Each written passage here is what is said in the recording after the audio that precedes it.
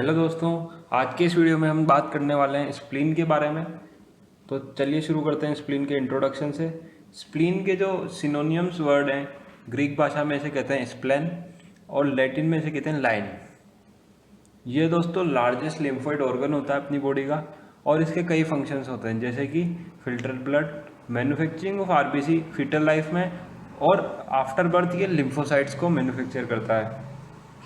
दोस्तों ये immunity provide करता है by forming IgM and it acts an RBC reservoir because certain amounts of RBC is stored in spleen. दोस्तों बात करते हैं इसकी लोकेशन की। लोकेशन इसकी होती है दोस्तों left hypochondrium between the fundus of stomach and diaphragm. दोस्तों next we talk about size, shape and colour of spleen.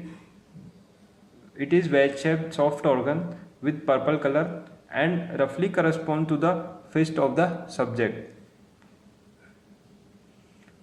Measurement की जब हमें बात करनी है दोस्तों, तो इसमें हम ऑड नंबर्स को याद रखेंगे 1 3 5 7 9 एंड 11, और लास्ट वाला जो 9 और 11 है उसके बीच में हम 10 को भी कंसिडर कर लेते हैं।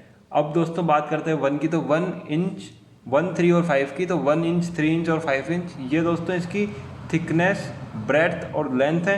फिर 7 आउंस, 7 ओजेड यानी आउंस, 1 आउंस में लगभग 28 ग्राम होते हैं, तो 7 आउंस इसका जो है वजन है, यानी कि लगभग 196 ग्राम्स।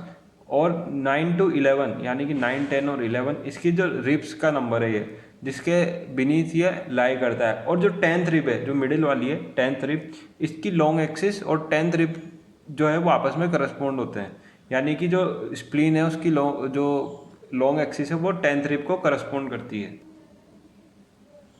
दोस्तों अब बात करते हैं स्प्लीन के एक्सटर्नल फीचर्स के बारे में। इसके 2 एंड होते हैं, anterior and and posterior and. 2 surface होती है, diaphragmatic surface and visceral surface. और 3 बॉर्डर्स होते हैं, superior, intermediate and inferior border. तो दोस्तों बारी बारी सबकी बात करेंगे। सबसे पहले लेते हैं एंड्स को। तो एंड्स में है पहला एंटीरियर एंड। एंटीरियर एंड जो है उसको लेटरल एंड भी बोलते हैं, उसको लोअर एंड भी बोलते हैं। और ये एंड जो है दोस्तों ये थोड़ा सा ब्रॉड होता है और ये डायरेक्टेड होता है डाउनवर्ड, फॉरवर्ड और लेफ्ट की तरफ, क्योंकि ये लेटरल एंड है तो लेफ्ट की तरफ डायरेक्टेड होता है। अब दोस्तों बात करते हैं हम पोस्टीरियर एंड की। पोस्टीरियर एंड को हम मीडियल एंड भी कहते हैं या अपर एंड भी कहते हैं। ये जो दोस्तों होता है ब्लंट और राउंडेड, और ये डायरेक्टेड होता है अपवर्ड, बैकवर्ड एंड मीडियली, यानी कि एंटीरियर एंड के जस्ट अपोजिट डायरेक्ट। अब बात करते हैं दोस्तों स्प्लीन की बॉर्डर्स के बारे में। दोस्तों स्प्लीन की 3 बॉर्डर होती है, सुपीरियर, इन्फीरियर और इंटरमीडिएट बॉर्डर। तो सबसे पहले बात करते हैं हम सुपीरियर बॉर्डर की। तो सुपीरियर बॉर्डर जो होती है वो थिन होती है और कॉन्वेक्स होती है। कॉन्वेक्स होती है प्लस इसमें नोचेस भी प्रेजेंट होती है। नोचेस जो हैं वो स्प्लीन के लोब्यूलेटेड डेवलपमेंट की ओर इशारा करती है, यानी कि स्प्लीन का डेवलपमेंट लोब्यूल्स की फॉर्म में होता है, अलग अलग लोब्यूल्स की फॉर्म में, और बाद में स्प्लीन एक सिंगल ऑर्गन के रूप में तैयार हो जाता है। अब बात करते हैं दोस्तों इसकी इन्फीरियर बॉर्डर के बारे में। तो इन्फीरियर बॉर्डर राउंडेड और करस्पॉन्ड करती है 11th रिब को। जो लास्ट रिब हमने रिलेशन में पढ़ी है 9 10 11, उसको ये करस्पॉन्ड करती है। दोस्तों बात करते हैं इंटरमीडिएट बॉर्डर की। इंटरमीडिएट बॉर्डर सेपरेट करती है गैस्ट्रिक इंप्रेशन को फ्रॉम रीनल इंप्रेशन। दोस्तों आप देख सकते हैं कि गैस्ट्रिक इंप्रेशन जो है स्प्लीन के ऊपर वो होता है सुपीरियर बॉर्डर और इंटरमीडिएट बॉर्डर के बीच में, जबकि जो रीनल इंप्रेशन है वो होता है इंटरमीडिएट बॉर्डर और इन्फीरियर बॉर्डर के बीच में। दोस्तों ये जो डायग्राम है ये एक्चुअल स्प्लीन का डायग्राम नहीं है, बल्कि ये सिर्फ स्कीमेटिक डायग्राम है जो कि हमें अंडरस्टैंड करने में हेल्प करता है दोनों इंप्रेशंस को। दोस्तों अब बात करते हैं इसकी सरफेसेस के बारे में।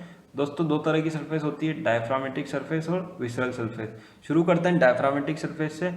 तो डायफ्रामेटिक सरफेस होती है smooth, convex and directed upward, backward and to the left, यानी कि विसरल सरफेस के अलावा जो भी सरफेस है वो पूरी डायफ्रामेटिक सरफेस है, जो कि ऊपर भी है, पीछे भी है और लेफ्ट साइड में भी है। अब बात करते हैं विसरल सरफेस की। तो विसरल सरफेस जो होती है वो कॉनकेव हो जाती है और इसमें 4 तरह के इंप्रेशन हमें देखने को मिलते हैं, जैसे कि गैस्ट्रिक और रीनल की हम बात कर ही चुके हैं। एक होता है कोलिक इंप्रेशन जो कि ट्रांसफर कोलोन से होता है, और एक होता है पेनक्रियाटिक यानी कि टेल ऑफ पेनक्रियास का इंप्रेशन।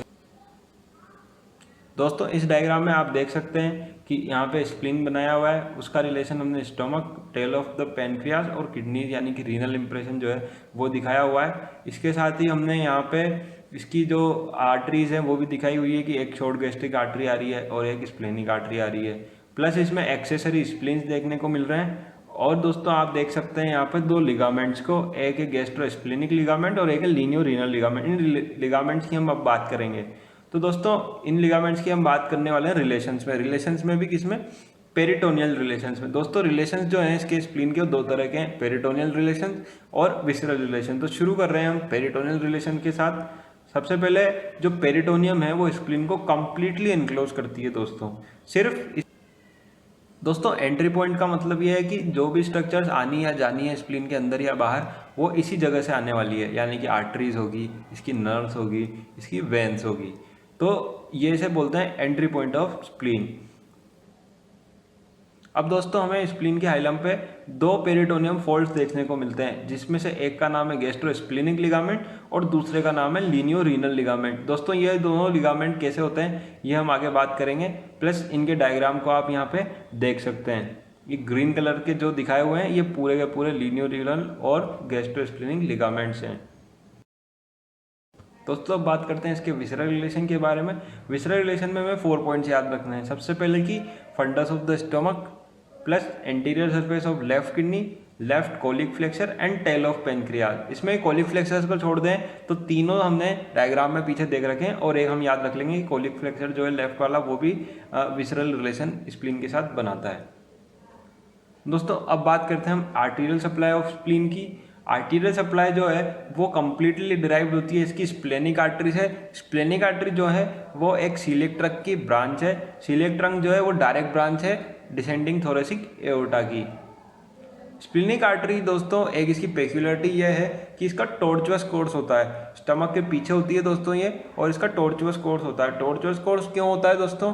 क्योंकि स्टमक जो है वो फ्रीक्वेंटली डिस्टेंशन उसमें देखने को मिलते हैं, और प्लस डायफ्राम भी इसके रिलेशन में होता है। तो डायफ्राम में भी हम इंस्पिरेशन और एक्सपिरेशन करते हैं तो मूवमेंट्स होते हैं, तो उस मूवमेंट की वजह से ये आर्टरी कहीं रप्चर ना हो जाए, इसलिए इसके लिए टॉर्चुअस कोर्स गॉड ने डिजाइन किया हुआ है। अब दोस्तों हम बात करना चाहेंगे इसकी वीनस ड्रेनेज के बारे में। तो Venus drainage completely corresponds with arterial supply. जैसी आर्टरी वैसी वेन, तो स्प्लेनिक वेन से ये ड्रेन होता है। अब स्प्लेनिक वेन की हमें ट्रिब्यूटरीज याद रखनी है दोस्तों। 4 ट्रिब्यूटरीज है। एक तो शॉर्ट गैस्ट्रिक वेन, ये डायग्राम में देखने को मिल रही है, plus left gastro epiploic when, inferior mesenteric when and pancreatic when. ये चारों मिलकर बनाती है स्प्लेनिक वेन, और स्प्लेनिक वेन फिर ज्वाइन करती है सुपीरियर मेजेंट्रिक वेन को, और दोनों मिलके बना लेती है पोर्टल वेन। यानी कि पोर्टल वेन का फॉर्मेशन, जो कि एक काफी इंपॉर्टेंट क्वेश्चन है यूसी का, वो कैसे होता है? Superior mesenteric plus splenic when से। अब दोस्तों बात करते हैं इसकी लिम्फेटिक ड्रेनेज की। दोस्तों असल में इसका कोई लिम्फेटिक ड्रेनेज ही नहीं होता है। अब दोस्तों ये लिम्फेटिक ड्रेनेज क्यों नहीं होता है? तो दोस्तों ये बिल्कुल ही आसान सी बात है कि ये स्प्लीन की हम बात कर रहे हैं, और स्प्लीन खुद एक लार्जेस्ट लिम्फोइड ऑर्गन है। यहाँ पे ही सारा लिम्फ बॉडी का आने वाला है, तो इसको खुद को कोई लिम्फेटिक ड्रेनेज नहीं चाहिए। इसका लिम्फ इसी में अपने आप ड्रेन हो जाता है, और उल्टा बल्कि ये तो वो ऑर्गन है जिसमें पूरी बॉडी अपना लिम्फ ड्रेन करती है। यही लिम्फ को फिल्टर करता है, और उससे जो भी अनवांटेड फॉरेन पार्टिकल्स हैं उनको अलग करता है, और ब्लड को फिल्टर होकर आगे। दोस्तों आगे बात करेंगे हम इसकी नर्व सप्लाई के बारे में। नर्व सप्लाई में सिंपैथेटिक फाइबर जो हैं वो सीलिएक प्लेक्सस से डिराइव्ड होते हैं। जैसे आर्टीरियल सप्लाई में हमें सीलिएक ट्रंक पड़ा था, वैसे उसी के अराउंड होता है सीलिएक प्लेक्सस, जहां से ये सिंपैथेटिक फाइबर्स आते हैं। दोस्तों बात करना चाहेंगे हम सेगमेंट्स ऑफ स्प्लीन के बारे में। तो सेगमेंट्स ऑफ स्प्लीन नंबर में 2 होते हैं, एक सुपीरियर एक इंफीरियर, और दोनों के बीच में एक वेस्कुलर प्लेन होता है जिससे कि ये डिवाइडेड होते हैं। दोस्तों जब आर्टरी आती है इसमें सप्लाई करने को, स्प्लेनिक आर्टरी, तो वो डिवाइड हो जाती है सुपीरियर और इंफीरियर ब्रांच में। सुपीरियर वाली पूरे सुपीरियर सेगमेंट के लिए और इंफीरियर वाली इंफीरियर सेगमेंट के लिए। दोस्तों इसमें कहीं भी मिक्सिंग देखने को नहीं मिलती, यानी कि सुपीरियर वाली इंफीरियर को सप्लाई नहीं करेगी, इंफीरियर वाली सुपीरियर को सप्लाई नहीं करेगी। लेकिन दोस्तों जब हम बात करें स्प्लेनिक वेन की, तो स्प्लेनिक वेन की जो ट्रिब्यूटरीज हैं वो इंटरसेगमेंटल यानी सुपीरियर और इंफीरियर में मिक्सिंग अप होती है। अब बात करते हैं दोस्तों इसकी क्लिनिकल एंड अप्लाइड के बारे में। ये काफ़ी इंपॉर्टेंट पार्ट है। सबसे पहले हम देखते हैं स्प्लीन का पाल्पेशन। तो नॉर्मल सब्जेक्ट में ये स्प्लीन जो है वो पाल्पेटेबल नहीं होता, यानी कि किसी हेल्थी इंडिविजुअल का स्प्लीन हम पाल्पेट नहीं कर सकते। लेकिन अगर किसी बीमारी की वजह से स्प्लीन उसका अपनी नॉर्मल साइज से दुगनी साइज का हो गया या उससे ज़्यादा साइज का हो गया है, तब वो पाल्पेबल हो जाता है, और उसको पाल्पेट हम जो कोस्टल मार्जिन है उसके अक्रॉस लेफ्ट साइड में कर सकते हैं। जब वो डीप इंस्पिरेशन ले, सब्जेक्ट को आस्क किया जाता है कि आप डीप इंस्पिरेशन लीजिए, फिर उसके जो लेफ्ट कोस्टल मार्जिन है उसके अलोंग पाल्पेट करके हम स्प्लीन को देख सकते हैं। इसके बाद हम बात करते हैं कि स्प्लीन कब कब बड़ा हो सकता है, किस किस बीमारी में स्प्लीनोमेगली देखने को मिल सकती है। तो स्प्लीनोमेगली के लिए आप याद रखें कि एक तो पाल्पेबल कब होगा, जब उसकी साइज जो है वो ट्वाइस से ज़्यादा हो जाएगी, प्लस कहाँ तक इसकी साइज बढ़ सकती है, इसकी साइज दोस्तों 10 टाइम्स तक बढ़ सकती है। कॉमन कोज क्या है, सबसे कॉमन है मलेरिया। मलेरिया में स्प्लीन अपनी साइज से बढ़ जाता है, प्लस काला आजार, लिवर सिरोसिस और क्रोनिक माइलोइड ल्यूकेमिया, ये सब कॉमन कोजेज हैं स्प्लीनोमेगली के। अब बात करते हैं दोस्तों स्प्लीनोक्टोमी। स्प्लीनोक्टोमी यानी कि सर्जिकल रिमूवल ऑफ स्प्लीन। दोस्तों कई बार क्या होता है कि स्प्लीन किसी कारण से रप्चर हो सकता है, जैसे कि आपके किसी ने सडन मुक्का मार दिया, सडन ब्लो हो गया, उसकी वजह से रप्चर हो सकता है।